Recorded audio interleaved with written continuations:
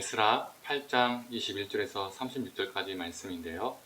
21절과 23절 그리고 31절에서 36절까지만 읽도록 하겠습니다. 함께 읽도록 하겠습니다. 그때 아하와가 강가에서 금식을 선포하고 우리 하나님 앞에서 스스로 겸비하여 우리와 우리 어린아이와 모든 소유를 위하여 평탄한 길을 그에게 강구하였으니 이는 우리가 전에 왕에게 아뢰기를 우리 하나님의 손을 자기를 찾는 모든 자에게 손을 베푸시고 자기를 배반하는 모든 자에게는 권능과 진노를 내리신다 하였으므로 길에서 적군을 막고 우리를 도울 보병과 마병을 왕에게 구하기를 부끄러워하였습니다. 그러므로 우리가 이를 위하여 금식하며 우리 하나님께 간구하였더니 그의 응답하심을 입었느니라. 첫째 달 12일에 우리가 아하 강을 떠나 예루살렘으로 갈새 우리 하나님의 손이 우리를 도우사 대적과 길에 매복한 자의 손에서 건지신지라. 이에 예루살렘에 이르러 거기서 3일간 머물고 제4일에 우리 하나님의 성전에서 은과 금과 그릇을 달아서 제사장 우리아의 아들 모레못의 손에 넘기니 비나스의 아들 엘르아살과 레위 사람 에스아의 아들 요사박과 빈누이의 아들 노야다가 함께 있어 모든 것을 다 세고 달아보고 그 무게의 총량을 그때에 기록하였느니라. 사로잡혔던 자의 손에 곧 이방에서 돌아온 자들이 이스라엘의 하나님께 번제를 드렸는데 이스라엘 전체를 위한 수송아지가 12마리요 또 순양이 96마리요 어린 양이 77마리요 또 속죄제의 순념소가 12마리니 모두 여호와께 드린 번제물이라.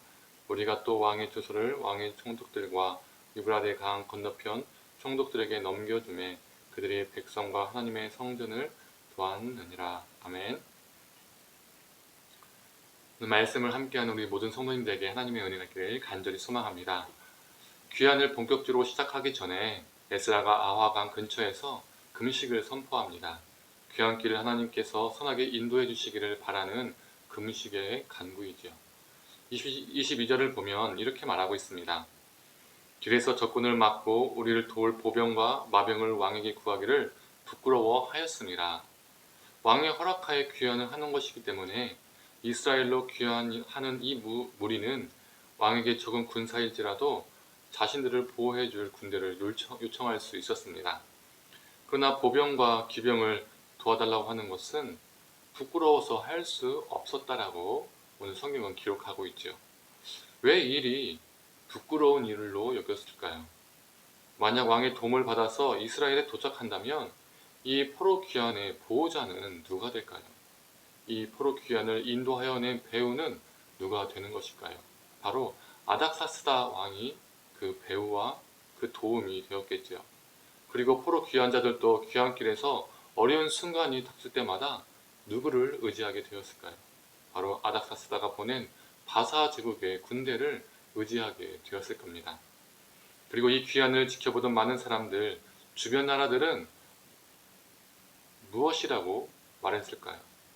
너희를 보호하고 있는 존재는, 너희들의 귀환을 완성시킨 존재는 너희들이 믿는 여호와 하나님이 아니라 바로 아닥사스다 왕이다라는 말이 나왔겠지요.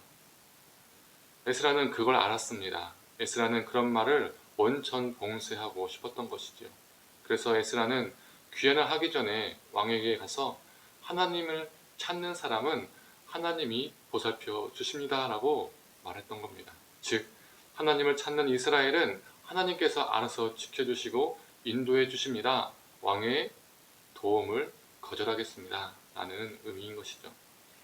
그러나 에스라는 첫 스텝부터 레위인이 없어서 위기에 한번 봉착했었음을 우리는 알고 있었습니다.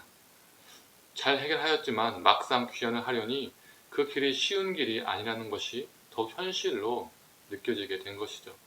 사람인지라 두려움이 생겼던 겁니다. 그렇다고 아닥사스다의 왕의 도움을 청하자니 자신이 전에 너무나도 당당하게 한 말이 있어서 부끄러워서 도움을 청할 수가 없었던 것이죠.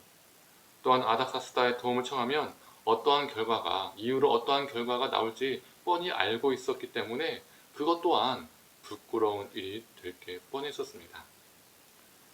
바로 그때 에스라는 금식을 선포한 것입니다. 이 금식은 하나님만을 전적으로 의지하고자 한다는 표현이고 신앙의 행위였습니다. 하나님만이 우리의 보호자입니다라는 고백이죠. 이 귀환의 과정 속에서 어려운 일이 있을지라도 하나님의 보호하심을 이제 몸소 우리가 경험하겠습니다라는 신앙의 결단이기도 합니다. 21절에 이스라엘은 평탄한 길을 강구했습니다라고 기록하고 있죠. 우리는 평탄하면 무엇을 떠올릴까요? 아무런 장애가 없는, 아무런 방해 요소가 없는 뚝뚝 뻗어나가는 것을 떠올립니다. 그런 인생을, 그런 삶을 떠올리는 것이죠. 그런데 실제로는 이 이스라엘의 귀환은, 그 귀환의 과정은 결코 평탄치 않았습니다. 대적들이, 매복한 자들이 그들을 습격하기도 했습니다. 그렇다면 하나님은 그들의 기도를 들어주지 않으신 걸까요? 아니겠지요. 31절을 제가 표준 세번역으로 읽어보도록 하겠습니다. 첫째 달 12일에 우리는 아하강을 떠나서 예루살렘으로 가려고 길을 나섰다. 가는 길에 매복한 자들의 습격을 받기도 하였지만 하나님이 우리를 잘 보살펴 주셔서 그들의 손에서 벗어날 수 있었다. 아무런 어려운 일이 없어서, 어떠한 장애물과 방해 요소가 없어서 예루살렘의 이스라엘이, 그 포로 귀환자들이 잘 도착한 것이 아니었습니다. 분명 그들에게는 어려움이 있었습니다.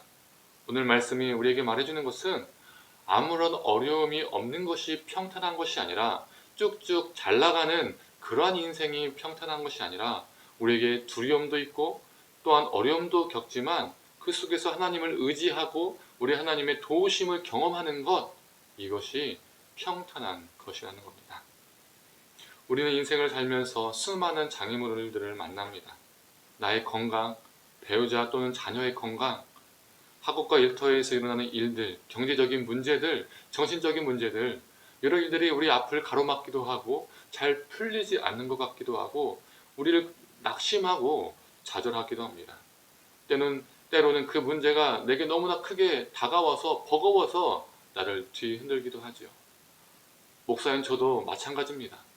수많은 삶의 문제들 앞에 마음이 흔들리기도 하고 지치기도 하고 무너지기도 하죠. 이게 인간입니다.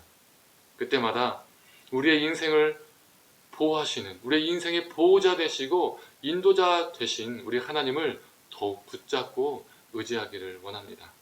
바로 이러한 인생이 진정으로 평탄한 인생임을 믿습니다.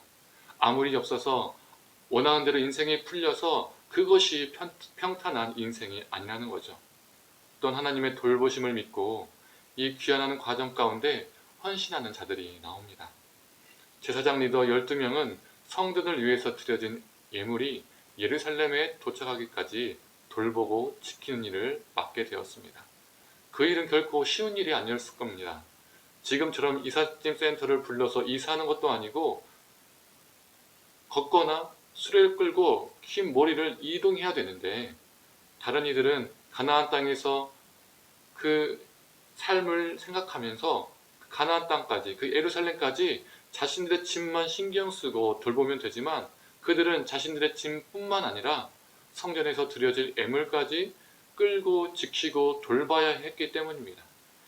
그러나 그들의 헌신으로 인해서 그 많은 예물들은 안전하게 도착했고 하나님께 드려졌습니다. 우리는 우리의 인생길을 모릅니다. 한 치 앞도, 앞에 일어날 일도 모르고 살아가지요. 그러나 하나님을 의지하고 동시에 그 길 위에서 헌신하는 것, 이것이 믿음의 여정을 걷는 자의 삶입니다. 오늘 나는 어떠한 길을 걷고 있는가 돌아보았으면 좋겠습니다. 아무 일 없는 좋은 일만 있는 것이 평탄한 것이 아님을 마음에 새기고, 우리의 인생길이 험난할지라도, 때로는 고난과 아픔이 있을지라도 그 속에서 하나님을 의지하고 하나님을 위해서 헌신하는 자가 되어서 진정으로 평탄한 그 길을, 그 평안의 길을, 그 샬롬의 길을 걷기를 간절히 축원합니다. 기도하겠습니다. 하나님, 우리는 평탄한 길을 생각할 때 아무 일도 없고 장애물도 없고 때로는 그 인생길이 쭉쭉 뻗어나가는 그 성공의 길을 생각할 때가 참 많이 있지만, 오늘 본문을 통해서 평탄한 것이 무엇인지 다시 한번 보게 됩니다.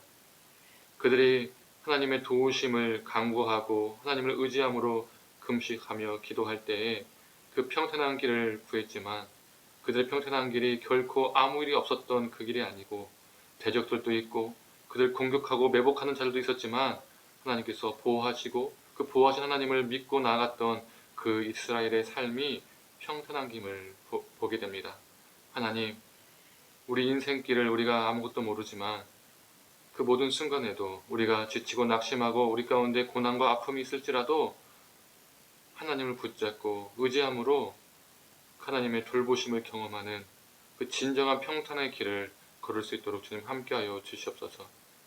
또 하나님, 우리가 그 인생의 길을 여정을 걸어갈 때에 하나님의 나라를 위해서 헌신하며 나아가는 진정한 그 신앙의 여정을 걸어가는 우리가 되게 하여 주시옵소서.